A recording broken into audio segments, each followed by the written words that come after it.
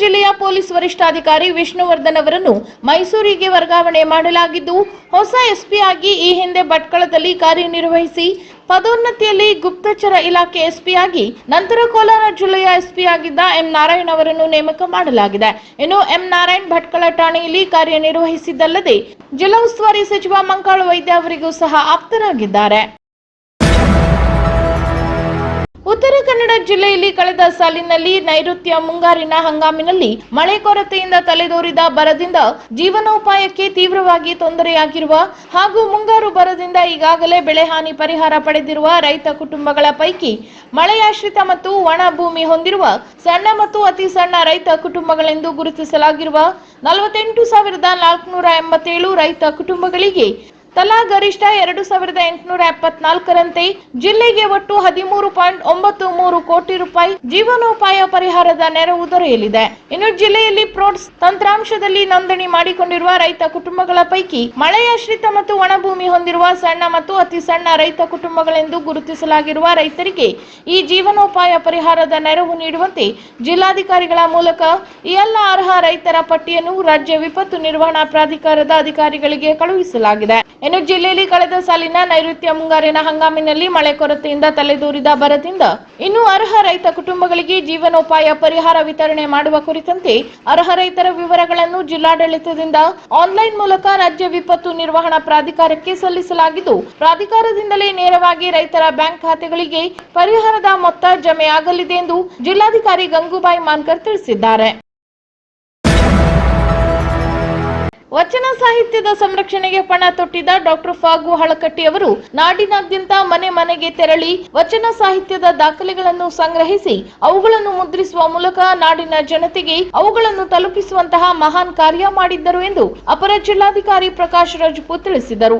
ಅವರು ಮಂಗಳವಾರ ಜಿಲ್ಲಾಡಳಿತ, ಜಿಲ್ಲಾ ಪಂಚಾಯತ್ ಹಾಗೂ ಕನ್ನಡ ಮತ್ತು ಸಂಸ್ಕೃತಿ ಇಲಾಖೆಯವರ ಸಂಯುಕ್ತ ಆಶ್ರಯದಲ್ಲಿ ಕಾರವಾರದ ಜಿಲ್ಲಾಧಿಕಾರಿ ಕಚೇರಿ ಸಭಾಂಗಣದಲ್ಲಿ ನಡೆದ ಡಾಕ್ಟರ್ ಫಾಗು ಹಳಕಟ್ಟಿ ಜನ್ಮದಿನ ವಚನ ಸಾಹಿತ್ಯ ಸಂರಕ್ಷಣಾ ದಿನಾಚರಣೆ ಕಾರ್ಯಕ್ರಮದಲ್ಲಿ ಡಾಕ್ಟರ್ ಫಾಗು ಹಳಕಟ್ಟಿಯವರ ಭಾವಚಿತ್ರಕ್ಕೆ ಪುಷ್ಪಾರ್ಚನೆ ಮಾಡಿ ಮಾತನಾಡಿದರು. ಇನ್ನು ಕಾರ್ಯಕ್ರಮದಲ್ಲಿ ಉಪನ್ಯಾಸ ನೀಡಿದ ಶಿಕ್ಷಕ ಗಣೇಶ್ ಬಿಷ್ಟಣ್ಣನವರ್ ಮಾತನಾಡಿ, ಡಾಕ್ಟರ್ ಫಾಗು ಹಳಕಟ್ಟಿ ಅವರು ವೃತ್ತಿಯಲ್ಲಿ ಶಿಕ್ಷಕರಾಗಿದ್ದು ಸಾಹಿತಿ, ಪತ್ರಕರ್ತರು ಸಹ ಆಗಿದ್ದರು. ಇವರು 252 ವಚನಗಾರ ವಚನಗಳನ್ನು ಸಂಗ್ರಹಣೆ ಮಾಡಿದ್ದಾರೆ. ಇವರ ಕೊಡುಗೆ ಇಲ್ಲದೆ ಇದ್ದಲ್ಲಿ ವಚನ ಸಾಹಿತ್ಯವನ್ನು ಕಾಣಲು ಸಾಧ್ಯವಾಗುತ್ತಿರಲಿಲ್ಲ ಎಂದು ತಿಳಿಸಿದರು. ಇನ್ನು ಇವರ ಸಾಹಿತ್ಯ ಸೇವೆ ಮೆಚ್ಚಿ 1926ರಲ್ಲಿ ಬಳ್ಳಾರಿಯಲ್ಲಿ ನಡೆದ 12ನೇ ಕನ್ನಡ ಸಾಹಿತ್ಯ ಸಮ್ಮೇಳನ ಅಧ್ಯಕ್ಷರನ್ನಾಗಿ ಆಯ್ಕೆ ಮಾಡಿ ಇದೇ ವೇಳೆ ಸನ್ಮಾನಿಸಲಾಗಿತ್ತು ಎಂದು ಇದೇ ವೇಳೆ ತಿಳಿಸಿದರು.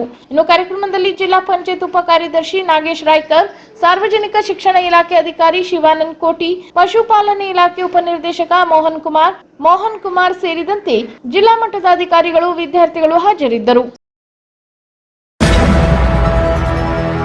ಅನಾದಿ ಕಾಲದಿಂದ ಸಾಗುವಳಿ ಮಾಡುತ್ತಿದ್ದು ಅರಣ್ಯ ಹಕ್ಕು ಕಾಯ್ದೆ ಅಡಿಯಲ್ಲಿ ಸಲ್ಲಿಸಿದ ಅರ್ಜಿ ಮಂಜೂರಿಗೆ ಸಂಬಂಧಪಟ್ಟಂತೆ ವಿಚಾರಣೆ ಹಂತದಲ್ಲಿ ಇರುವ ಸಂದರ್ಭದಲ್ಲಿ ಅರಣ್ಯವಾಸಿಗಳಿಗೆ ಅರಣ್ಯ ಕಾಯ್ದೆ ಅಡಿಯಲ್ಲಿ ಒಕ್ಕಲೆಬ್ಬಿಸುವ ಪ್ರಕ್ರಿಯೆಗೆ ಕಾನೂನುಬದ್ಧ ಪ್ರಾಧಿಕಾರದ ಮೂಲಕ ವಿಚಾರಣಾ ನೋಟಿಸ್ ನೀಡುತ್ತಿರುವುದು ಅರಣ್ಯವಾಸಿಗಳಿಗೆ ಆತಂಕ ಮತ್ತು ಮಾನಸಿಕ ಕಿರಿಕಿರಿ ಉಂಟಾಗಿದೆ ಎಂದು ಅರಣ್ಯ ಭೂಮಿ ಹಕ್ಕು ಹೋರಾಟಗಾರರ ವೇದಿಕೆ ಅಧ್ಯಕ್ಷ ರವೀಂದ್ರ ನಾಯ್ಕ್ ತಿಳಿಸಿದ್ದಾರೆ.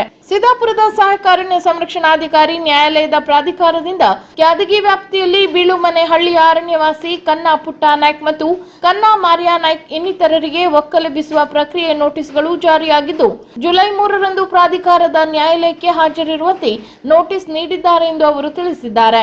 ಇನ್ನು ಅರಣ್ಯ ಹಕ್ಕು ಕಾಯ್ದೆಯಡಿಯಲ್ಲಿ ಅರ್ಜಿ ಸಲ್ಲಿಸಿದಂತಹ ಅರಣ್ಯವಾಸಿಯ ಅರ್ಜಿಗೆ ಸಂಬಂಧಿಸಿ ಮಾನ್ಯತೆ ಮತ್ತು ಪರಿಶೀಲನಾ ಪ್ರಕ್ರಿಯೆಯು ಪೂರ್ಣ ಆಗುವವರೆಗೆ ಸಾಗುವಳಿ ಅರಣ್ಯ ಭೂಮಿ ಅರಣ್ಯವಾಸಿಗಳನ್ನು ಒಕ್ಕಲೆಬ್ಬಿಸತಕ್ಕದ್ದಲ್ಲ ಅಥವಾ ಹೊರಹಾಕತಕ್ಕದ್ದಲ್ಲ ಎಂಬ ಸ್ಪಷ್ಟ ಅಂಶ ಕಾನೂನಿನಲ್ಲಿ ಉಲ್ಲೇಖವಿದ್ದಾಗಲೂ ಒಕ್ಕಲೆಬ್ಬಿಸುವ ಅರಣ್ಯ ಇಲಾಖೆ ವಿಚಾರಣೆ ನೋಟಿಸ್ ನೀಡುತ್ತಿರುವುದು ಖೇದಕರ ಎಂದು ಅವರು ಅರಣ್ಯ ಇಲಾಖೆಯ ಕ್ರಮವನ್ನು ಇದೇ ವೇಳೆ ಆಕ್ಷೇಪಿಸಿದ್ದಾರೆ.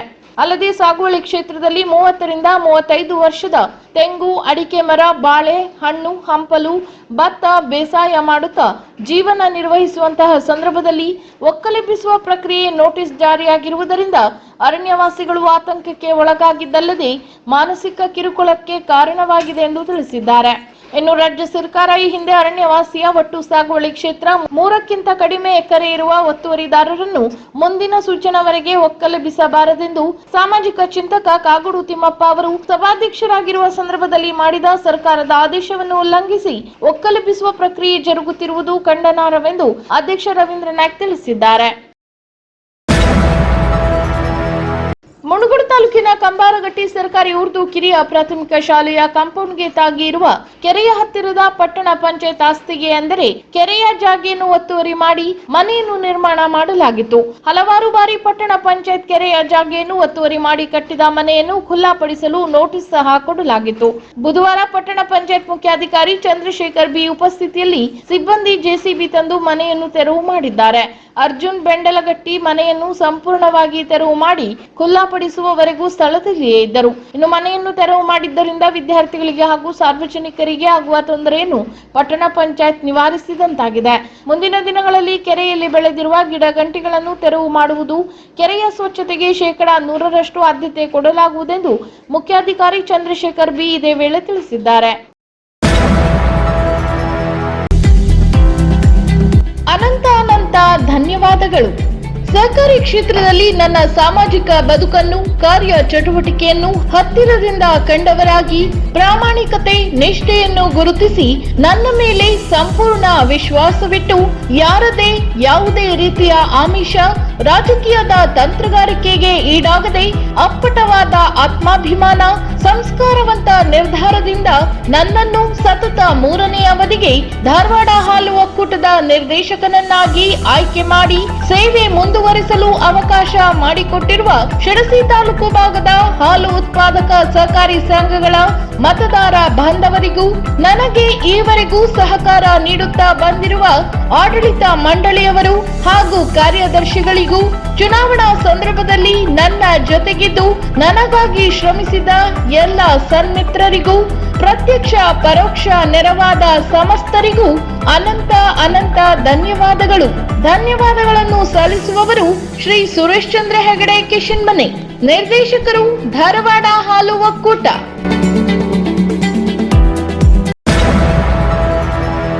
ಜಿಲ್ಲೆಯ ಎಲ್ಲ ನಗರ ಸ್ಥಳೀಯ ಸಂಸ್ಥೆಗಳಲ್ಲಿ ಸಾರ್ವಜನಿಕ ಉದ್ದೇಶಕ್ಕಾಗಿ ವಿವಿಧ ಕಾಮಗಾರಿಗಳನ್ನು ಕೈಗೊಳ್ಳಲು ಅಗತ್ಯವಿರುವ 2024-25ನೇ ಸಾಲಿನ ಕ್ರಿಯಾ ಯೋಜನೆಯಲ್ಲಿನ ಎಲ್ಲಾ ಕಾಮಗಾರಿಗಳಿಗೆ ಅನುಮೋದನೆ ನೀಡಿದ ಜಿಲ್ಲಾಧಿಕಾರಿ ಗಂಗೂಬಾಯಿ ಮಾನ್ಕರ್ ಅವರು ಎಲ್ಲಾ ಕಾಮಗಾರಿಗಳನ್ನು ಶೀಘ್ರದಲ್ಲಿ ಆರಂಭಿಸುವಂತೆ ನಗರ ಸ್ಥಳೀಯ ಸಂಸ್ಥೆಗಳ ಮುಖ್ಯಸ್ಥರಿಗೆ ಸೂಚನೆ ನೀಡಿದರು. ಅವರು ಮಂಗಳವಾರ ಜಿಲ್ಲಾಧಿಕಾರಿ ಕಚೇರಿ ಸಭಾಂಗಣದಲ್ಲಿ ನಡೆದ ಸಭೆಯಲ್ಲಿ ಎಲ್ಲಾ ಕಾಮಗಾರಿಗಳಿಗೆ ಅನುಮೋದನೆ ನೀಡಿದರು.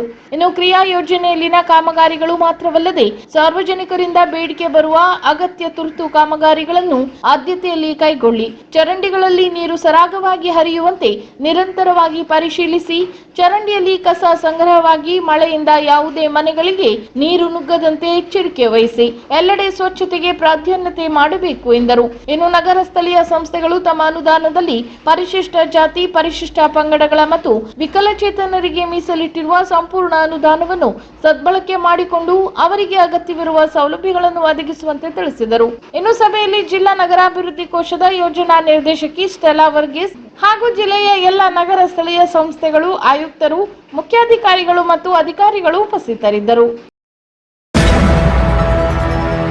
ಕಳೆದ ಹಲವು ದಿನಗಳಿಂದ ಸುರಿಯುತ್ತಿರುವ ಭಾರೀ ಗಾಳಿ ಮಳೆಯಿಂದಾಗಿ ಶಿರಸಿ ತಾಲೂಕಿನ ಶಿವಳ್ಳಿಯ ಸರ್ಕಾರಿ ಹಿರಿಯ ಪ್ರಾಥಮಿಕ ಶಾಲೆ ಮುಂದಿನ ಧರೆಗೆ ಹಾಕಿದ ಪಿಚ್ಚಿಂಗ್ ಕುಸಿದು ಹಾನಿಯಾಗಿದೆ. ಹೀಗೆ ಮಳೆ ಮುಂದುವರೆದಲ್ಲಿ ಶಾಲಾ ಕಟ್ಟಡದ ಗೋಡೆಗಳು ಕುಸಿಯುವ ಸಂಭವವಿದೆ ಎಂದು ಗ್ರಾಮಸ್ಥರು ಮತ್ತು ಶಾಲಾ ವಿದ್ಯಾರ್ಥಿಗಳ ಪಾಲಕರು ಆತಂಕ ವ್ಯಕ್ತಪಡಿಸಿದ್ದಾರೆ. ಅಂತೆಯೇ ತೀವ್ರವಾದ ಗಾಳಿ ಮಳೆಗೆ ಹನುಮಂತಿ ಗ್ರಾಮದ ಅಮೀನಾಬಿ ಅಹಮದ್ ಖಾನ್ ಇವರ ವಾಸ್ತವ್ಯದ ಮನೆಯ ಮಾಡು ಮುರಿದು ಬಿದ್ದು ಹಾನಿಯಾಗಿದೆ. ಸರಿಸುಮಾರು 5,000 ರೂಪಾಯಿ ಹಾನಿಯಾಗಿದೆ ಎಂದು ಅಂದಾಜಿಸಲಾಗಿದ್ದು, ಯಾವುದೇ ಜನ ಜಾನುವಾರುಗಳಿಗೆ ಹಾನಿಯಾಗಿಲ್ಲ ಎಂದು ತಿಳಿದು ಬಂದಿದೆ. ಅಂತೆಯೇ ತೀವ್ರ ಸ್ವರೂಪದ ಮಳೆಯಿಂದಾಗಿ ಹುತ್ಗಾರ ಗ್ರಾಮದ ಗಣೇಶ್ ನಗರ ನಗರಸಭೆ ವ್ಯಾಪ್ತಿಯ ರೂಪಾ ಅವಘನಿಯವರ ಮನೆಯ ಹಿಂದಿರುವ ತಡೆಗೋಡೆ ಕುಸಿದು ಬಿದ್ದಿರುವ ಬಗ್ಗೆ ವರದಿಯಾಗಿದೆ. ಈ ವೇಳೆ ಯಾವುದೇ ಪ್ರಾಣಹಾನಿ ಸಂಭವಿಸಿಲ್ಲ ಎಂದು ತಿಳಿದು ಬಂದಿದೆ. ಪ್ರತಿ ವರ್ಷ ಮಳೆಗಾಲದಲ್ಲಿ ಯಲ್ಲಾಪುರ ತಾಲೂಕಿನ ಮಾಗೂಡು ರಸ್ತೆಯ ಕಾಳಿಮನೆ ಪ್ರದೇಶ ಜಲಾವೃತವಾಗುತ್ತದೆ. ಇಲ್ಲಿನ ರಸ್ತೆಯ ಮೇಲೆ ನೀರು ಹರಿಯುವುದರಿಂದ ಜನ ತೊಂದರೆ ಅನುಭವಿಸುತ್ತಿದ್ದಾರೆ. ಪ್ರಸಿದ್ಧ ಮಾಗೂಡು ಜಲಪಾತ, ಕವಡಿ ಕೆರೆ, ಜೇನುಕಲ್ಲು ಗುಡ್ಡ ಹಾಗೂ ಗಂಟೆ ಗಣಪತಿ ದೇವಾಲಯವಿರುವ ಈ ರಸ್ತೆಯಲ್ಲಿ ನಿತ್ಯ ಸಾವಿರ ಸಂಖ್ಯೆಯ ವಾಹನಗಳು ಓಡಾಡುತ್ತವೆ. ಶನಿವಾರ ಭಾನುವಾರ ಬಂದಾಗ ವಾಹನ ಓಡಾಟದ ಸಂಖ್ಯೆ ದುಪ್ಪಟ್ಟಾಗುತ್ತದೆ. ಸ್ವಲ್ಪ ಪ್ರಮಾಣದಲ್ಲಿ ಮಳೆ ಬಂದರೂ ರಸ್ತೆ ಪೂರ್ತಿಯಾಗಿ ರಾಡಿಯಾಗುತ್ತಿದ್ದು, ಈ ಬಗ್ಗೆ ಯಾರು ಗಮನ ಹರಿಸಿಲ್ಲ ಎಂಬುದು ಗ್ರಾಮದವರ ದೂರಾಗಿದೆ. ಇನ್ನು ವ್ಯಕ್ತಿಯೊಬ್ಬರು ಇಲ್ಲಿದ್ದ ಕಾಲುವೆ ಅತಿಕ್ರಮಿಸಿದ ಕಾರಣ ಈ ಅವಾಂತರ ಸೃಷ್ಟಿಯಾಗಿದೆ ಎನ್ನುತ್ತಾರೆ ಸ್ಥಳೀಯರು. ಅಲ್ಲದೆ ರಸ್ತೆ ಮೇಲೆ ನೀರು ನಿಂತಿರುವುದರಿಂದ ವಾಹನಗಳು ಇಲ್ಲಿ ಸಾಲುಗಟ್ಟಿ ನಿಲ್ಲುವುದು ಅನಿವಾರ್ಯ. ಇದರಿಂದ ಒಮ್ಮೆಗೆ ಟ್ರಾಫಿಕ್ ಸಮಸ್ಯೆ ಕೂಡ ಕಾಡುತ್ತಿದೆ. ಜೊತೆಗೆ ಮಳೆಯಲ್ಲಿ ಕಾದು ಮಳೆ ನಿಂತ ಮೇಲೆ ಸಂಚರಿಸಬೇಕಾದ ಪರಿಸ್ಥಿತಿಯಲ್ಲಿ ಜನರಿದ್ದಾರೆ. ನೀರು ಹರಿದು ಹೋಗಲು ಸ್ಥಳೀಯ ಆಡಳಿತ ಸೂಕ್ತ ವ್ಯವಸ್ಥೆ ಕಲ್ಪಿಸಬೇಕು ಎಂಬುದು ಇಲ್ಲಿನ ಜನರ ಆಗ್ರಹವಾಗಿದೆ. ಪ್ರತಿ ಗ್ರಾಮದಲ್ಲಿಯೂ ಸ್ವಚ್ಛತೆ ಕಾಪಾಡಬೇಕೆಂದು ಕರೆ ನೀಡಿರುವ ಶಿರಸಿಯ ತಾಲೂಕಾ ಪಂಚಾಯತ್ ಮುಖ್ಯಾಧಿಕಾರಿ ಸತೀಶ್ ಹೆಗ್ಡೆ ಇದೀಗ ಯಂತ್ರಗಳನ್ನು ಬಳಸಿ ಕಸದ ರಾಶಿ ತೆರವು ಮಾಡುವ ಕೆಲಸ ಮಾಡಿದ್ದಾರೆ. ಬುಧವಾರ ತಾಲೂಕಿನ ವಿವಿಧ ಗ್ರಾಮ ಪಂಚಾಯಿತಿಗಳಿಗೆ ಭೇಟಿ ನೀಡಿದ ಅವರು ಸ್ವಚ್ಛತಾ ಅಭಿಯಾನದ ಕೆಲಸ ವೀಕ್ಷಿಸಿದರು. 32 ಗ್ರಾಮ ಪಂಚಾಯತ್ ವ್ಯಾಪ್ತಿಯಲ್ಲಿ ಬಿದ್ದಿದ್ದ ಕಸಗಳನ್ನು ಬುಧವಾರ ಒಮ್ಮೆಯೇ ಆರಿಸಲಾಯಿತು. ಅಲ್ಲದೆ ಬಸ್ ನಿಲ್ದಾಣ ಮತ್ತು ಆರೋಗ್ಯ ಕೇಂದ್ರದ ಸುತ್ತ ರಾಶಿ ರಾಶಿ ಕಸ ಸಿಕ್ಕಿದವು. ಸಾರ್ವಜನಿಕ ಸ್ಥಳದಲ್ಲಿ ಕಸ ಎಸೆದವರಿಗೆ ದಂಡ ವಿಧಿಸುವುದಾಗಿ ಅವರು ಇದೇ ವೇಳೆ ಎಚ್ಚರಿಸಿದ್ದಾರೆ. ಇನ್ನು ಈ ವೇಳೆ ತಾಲೂಕು ಪಂಚಾಯತ್ ವ್ಯವಸ್ಥಾಪಕ ಸುಬ್ರಾಯ್ ಭಟ್ ಜೊತೆಗಿದ್ದರು. ಎಮ್ಮೆ ಮೀಸಲು ಕಾಡಿಗೆ ಹೋಗಿದ್ದ ನಾನಾ ಕೆಸರೋಡಾದ 56 ವರ್ಷದ ಮಹೇಶ್ ಪಟೇಲ್ ಮೇಲೆ ಆನೆ ದಾಳಿ ನಡೆಸಿದ್ದು ಗಾಯಗೊಂಡ ಆತ ಆಸ್ಪತ್ರೆಗೆ ದಾಖಲಾಗಿದ್ದಾನೆ. ಇನ್ನು ನಾನಾ ಕಾಸರಗೋಡಾದ ಅರಣ್ಯ ಪ್ರದೇಶಕ್ಕೆ ಈತ ಪತ್ನಿ ಜೊತೆ ಎಮ್ಮೆಗಳನ್ನು ಹೊಡೆದುಕೊಂಡು ಹೋಗಿದ್ದ. ಹಾಗೆ ಮುಂದೆ ಹೋಗುತ್ತಿರುವಾಗ ಎದುರಾದ ಕಾಡಾನೆ ಈತನ ಮೇಲೆ ದಾಳಿ ನಡೆಸಿದೆ. ಈತ ಅಡ್ಡದಿಡ್ಡಿ ಓಡಿ ಹೋಗಿ ತನ್ನ ಜೀವ ಉಳಿಸಿಕೊಂಡಿದ್ದಾನೆ. ಆದಾಗ್ಯೂ ಆತನ ಕೈಕಾಲಿಗೆ ಗಾಯವಾಗಿದ್ದು, ಈ ವೇಳೆ ಆತನ ಪತ್ನಿ ದೂರದಿಂದ ಬೊಬ್ಬೆ ಹೊಡೆದಿದ್ದಾಳೆ. ನಂತರ ಸ್ಥಳಕ್ಕೆ ಆಗಮಿಸಿದ ಸ್ಥಳೀಯರು ಆತನನ್ನು ಆಸ್ಪತ್ರೆಗೆ ದಾಖಲಿಸಿದ್ದಾರೆ. ನಂತರ ಅರಣ್ಯಾಧಿಕಾರಿಗಳು ಸ್ಥಳ ಪರಿಶೀಲನೆ ನಡೆಸಿ ಆತನ ಆರೋಗ್ಯ ವಿಚಾರಿಸಿದ್ದಾರೆ. ಸಿದ್ದಾಪುರ ಪಟ್ಟಣ ಪಂಚಾಯತ್ ನೌಕರರ ವಿರುದ್ಧ ಸಾರ್ವಜನಿಕರಿಂದ ಆರೋಪಗಳ ಸುರಿಮಳೆಯಾಗಿದೆ. ಇಲ್ಲಿ ಏಜೆಂಟರ ಮೂಲಕ ಬಂದರೆ ಮಾತ್ರವೇ ಸರ್ಕಾರಿ ಕೆಲಸ ನಡೆಯುತ್ತದೆ ಎಂಬುದು ಬಹುಮುಖ್ಯ ಆರೋಪವಾಗಿತ್ತು. ಇನ್ನು ತಹಶೀಲ್ದಾರ್ ಮಧುಸೂದನ್ ಕುಲಕರ್ಣಿ ಅಧ್ಯಕ್ಷತೆಯಲ್ಲಿ ನಡೆದ ಪಟ್ಟಣ ಪಂಚಾಯತ್ ಸಭೆಯಲ್ಲಿಯೇ ಈ ಬಗ್ಗೆ ಕೆಜೆ ನಾಯ್ಕ್ ಹಣಜಿಬೈಲ್ ಆಕ್ರೋಶ ವ್ಯಕ್ತಪಡಿಸಿದರು. ಇನ್ನು ಪಟ್ಟಣದಲ್ಲಿ 4500ಕ್ಕೂ ಅಧಿಕ ಖಾಸಗಿ ಆಸ್ತಿ ಇದ್ದು, ದಾಖಲಾತಿಯಲ್ಲಿ 1300 ಆಸ್ತಿ ಮಾತ್ರ ನೋಂದಣಿಯಾಗಿದೆ. ಉಳಿದ ಆಸ್ತಿ ಆದಾಯ ಎಲ್ಲಿ ಹೋಗುತ್ತದೆ ಎಂಬುದು ಅವರ ಪ್ರಶ್ನೆಯಾಗಿತ್ತು. ಅಲ್ಲದೆ ಆಸ್ತಿ ನೋಂದಣಿ ಸರಳವಾಗಬೇಕು ಎಂದು ಅವರು ಇದೇ ವೇಳೆ ಒತ್ತಾಯಿಸಿದರು. ಅಲ್ಲದೆ ಬೀದಿ ದೀಪಗಳ ಅಳವಡಿಕೆ ಮತ್ತು ನಿರ್ವಹಣೆಗಳ ಬಗ್ಗೆ ಸಹ ಪಟ್ಟಣ ಪಂಚಾಯತ್ ಸದಸ್ಯರು ಈ ವೇಳೆ ಅಸಮಾಧಾನ ವ್ಯಕ್ತಪಡಿಸಿದರು. ವಿದ್ಯಾರ್ಥಿಗಳಲ್ಲಿ ಇತ್ತೀಚೆಗೆ ಆತ್ಮವಿಶ್ವಾಸದ ಕೊರತೆ ಬಾಧಿಸುತ್ತಿದ್ದು, ಅವರು ಮಾನಸಿಕ ಒತ್ತಡಗಳಿಂದ ಬಳಲುತ್ತಿರುವುದು ಕಾಣುತ್ತಿದೆ. ವಿದ್ಯಾರ್ಥಿಗಳು ಅಚಲ ಆತ್ಮವಿಶ್ವಾಸ ಮತ್ತು ಸಕಾರಾತ್ಮಕ ಮನೋಭಾವನೆಯನ್ನು ಬೆಳೆಸಿಕೊಳ್ಳುವುದರಿಂದ ಅವರ ಜೀವನ ಸುಂದರವಾಗುತ್ತದೆ ಎಂದು ವಿಶ್ರಾಂತ ಪ್ರಾಚಾರ್ಯ ಬೀರಣ್ಣ ನಾಯ್ಕ್ ಮೊಗಟ ತಿಳಿಸಿದರು. ಅವರು ಇತ್ತೀಚೆಗೆ ಯಲ್ಲಾಪುರ ಪಟ್ಟಣದ ವಿಶ್ವದರ್ಶನ ಪಿಯು ಕಾಲೇಜಿನಲ್ಲಿ ಆಯೋಜಿಸಲಾಗಿದ್ದ ಪ್ರಥಮ ಪಿಯುಸಿ ವಿದ್ಯಾರ್ಥಿಗಳ ಸ್ವಾಗತ ಮತ್ತು ನೂತನ ವಿದ್ಯಾರ್ಥಿ ಸಂಸತ್ ಉದ್ಘಾಟನೆ ಕಾರ್ಯಕ್ರಮದಲ್ಲಿ ಮುಖ್ಯ ಅತಿಥಿಗಳಾಗಿ ಆಗಮಿಸಿ ಮಾತನಾಡಿದರು. ಇನ್ನು ಕಾರ್ಯಕ್ರಮದ ಅಧ್ಯಕ್ಷತೆ ವಹಿಸಿದ್ದ ವಿಶ್ವದರ್ಶನ ಶಿಕ್ಷಣ ಸಮೂಹದ ಅಧ್ಯಕ್ಷ ಹರಿಪ್ರಕಾಶ್ ಕೋಣೆಮನೆ ಮಾತನಾಡಿ, ನಮ್ಮಲ್ಲಿಯ ವಿದ್ಯಾರ್ಥಿಗಳು ಪ್ರಾಥಮಿಕ ಶಿಕ್ಷಣದ ನಂತರ ಹೊರ ಜಿಲ್ಲೆಗಳಿಗೆ ತೆರಳುತ್ತಾರೆ. ಆದರೆ ಅದರಲ್ಲಿ ಅರ್ಧ ಪ್ರಮಾಣದ ವಿದ್ಯಾರ್ಥಿಗಳು ಅಲ್ಲಿಯ ವಾತಾವರಣ, ಆಹಾರ ಪದ್ಧತಿ, ಶಿಕ್ಷಣ ಪದ್ಧತಿಗಳಿಗೆ ಒಗ್ಗಿಕೊಳ್ಳಲಾರದೆ ಮರಳಿ ಬರುವ ಪರಿಸ್ಥಿತಿ ಎದುರಾಗುತ್ತದೆ. ಆದ್ದರಿಂದ ಇಂತಹ ಸಮಸ್ಯೆಗಳಿಗೆ ಪರಿಹಾರವಾಗಿ ಸ್ಥಳೀಯವಾಗಿಯೇ ಉನ್ನತ ಗುಣಮಟ್ಟದ ಶಿಕ್ಷಣ ನೀಡಲೆಂದೇ ವಿಶ್ವದರ್ಶನ ಕಾಲೇಜನ್ನು ಸ್ಥಾಪಿಸಲಾಗಿದೆ.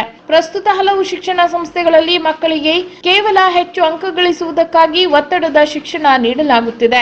ಇದರಿಂದ ಕೇವಲ ಶಿಕ್ಷಣ ಸಂಸ್ಥೆಗಳಿಗೆ ಲಾಭವಾಗುತ್ತಿದೆಯೇ ಹೊರತು ವಿದ್ಯಾರ್ಥಿಗಳಿಗೆ ಯಾವುದೇ ರೀತಿಯ ಲಾಭವಾಗುತ್ತಿಲ್ಲ. ಆದರೆ ವಿಶ್ವದರ್ಶನ ಶಿಕ್ಷಣ ಉತ್ತಮವಾದ ಶಿಕ್ಷಣ ನೀಡುವ ಉದ್ದೇಶದಿಂದ ಕಾರ್ಯನಿರ್ವಹಿಸುತ್ತಿದೆ. ಶೀಘ್ರದಲ್ಲಿಯೇ ವಿಶ್ವದರ್ಶನದಲ್ಲಿ ದೂರದ ವಿದ್ಯಾರ್ಥಿಗಳಿಗಾಗಿ ವಿದ್ಯಾರ್ಥಿ ನಿಲಯದ ವ್ಯವಸ್ಥೆಯನ್ನು ಸಹ ಮಾಡಲಾಗುತ್ತದೆ ಎಂದು ತಿಳಿಸಿದರು. ಇನ್ನು ಕಾರ್ಯಕ್ರಮವನ್ನು ಭಾರತ ಮಾತೆಗೆ ಪುಷ್ಪಾರ್ಚನೆ ಮಾಡುವ ಮೂಲಕ ಉದ್ಘಾಟಿಸಲಾಯಿತು. ಈ ವೇಳೆ ಪಿಯು ಕಾಲೇಜಿನ ಉಪ ಪ್ರಾಚಾರ್ಯ ನಾಗರಾಜ್ ಹೆಗಡೆ, ಉಪನ್ಯಾಸಕಿ ಕವಿತಾ ಹೆಬ್ಬಾರ್, ಉಪನ್ಯಾಸಕ ರಮೇಶ್ ನಾಯ್ಕ್, ಸಂಸ್ಕೃತ ಉಪನ್ಯಾಸಕ ರವೀಂದ್ರ ಶರ್ಮಾ ಸೇರಿದಂತೆ ಇನ್ನಿತರರು ಉಪಸ್ಥಿತರಿದ್ದರು.